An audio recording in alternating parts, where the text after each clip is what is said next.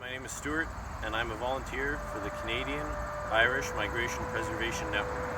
So today what we're going to be working on is reassembling a broken headstone like this, and what we do and what tools we need to do it.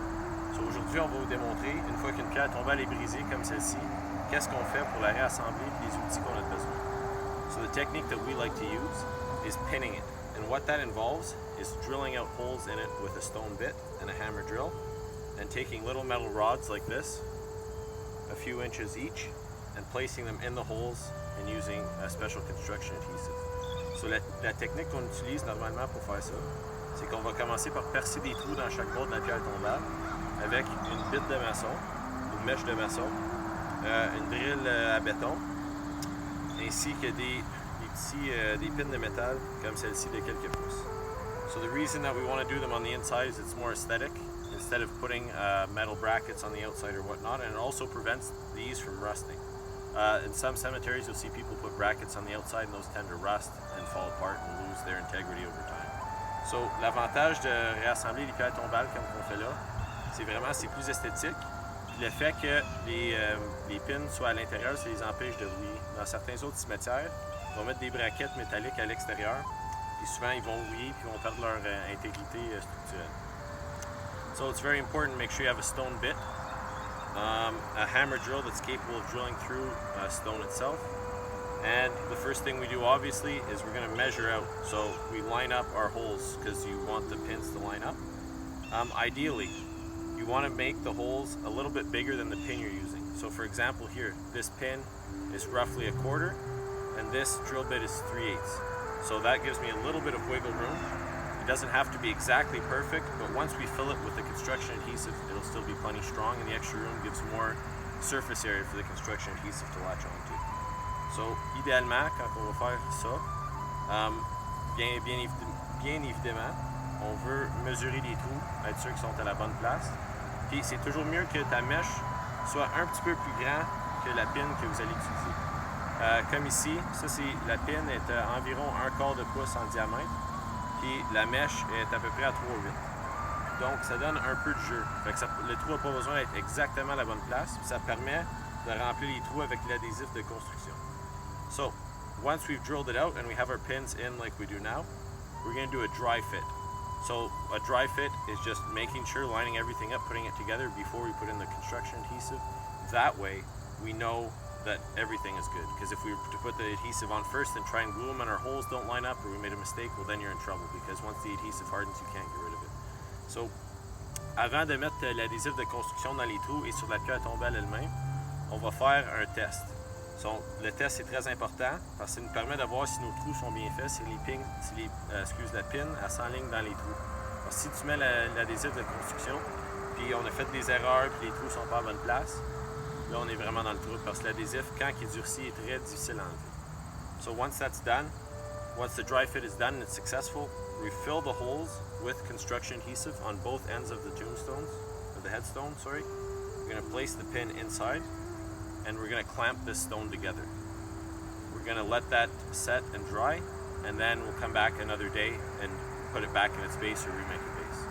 So, une fois que le test s'est bien passé, on va remplir tous les trous que j'ai faits avec l'adhésif de construction.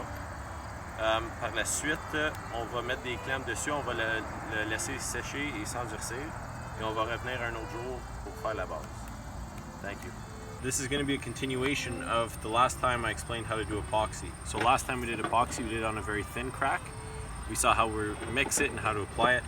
As you can see on this stone here that we assembled, there's still this big jagged edge here, big crack. So when you apply epoxy in that, it's going to be a little different.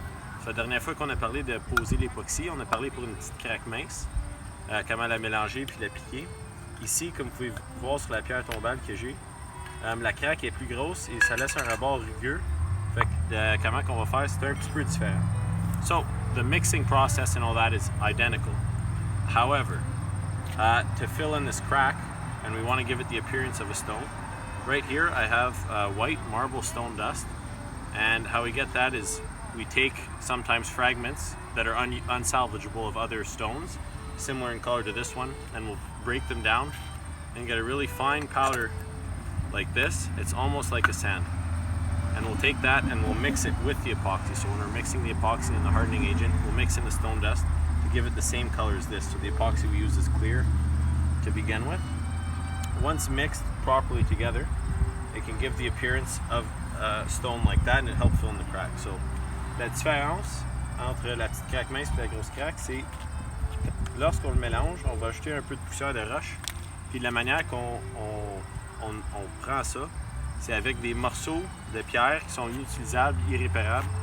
On va les détruire, on va les mettre en fine poudre, puis on va le mélanger dans le mélange d'époxy pour que la couleur soit pareille que celle-ci. Donc ça donne de l'apparence plus semblable à la pierre tombale. Puis ça donne un meilleur fini. So that's it. And he's going to use more epoxy to help fill in the cracks. On va utiliser plus d'époxy pour aider à remplir les cracks to give a uniform surface. That's it. Oh. So now that we've inserted the epoxy, not the epoxy, I apologize, the construction adhesive into the holes and on the surface area of the stone that was in between the cracks, got a little bit more than we need. So the excess, once we compress it down with the bar clamp, always wants to creep out like this. So to remove it and make sure we get a improved aesthetic outcome, I'm going to use a wet rag and have my finger inside and drag it along the edge. So une fois qu'on a mis l'adhésif de construction à l'intérieur des trous, sur la surface qui était brisée de la pierre tombale, on a mis un peu trop. Puis une fois qu'on l'a écrasé avec la clampe qui est ici, l'excédent a tendance à sortir. Fait que pour un meilleur produit final côté esthétique, on va enlever l'excédent qui sort. Fait que pour faire ceci, je vais prendre une guinée, n'importe quelle lingette trempe, je vais utiliser mon doigt pour passer tout le long, pour enlever l'excédent le mieux que je peux. Fait que je mets mon doigt dans la craque ici. It's important to take your time during this part, it's not a rush. This usually takes 10 minutes before it starts getting too difficult to deal with. So we don't want to smear it everywhere and smudge it. Take our time, get it as clean as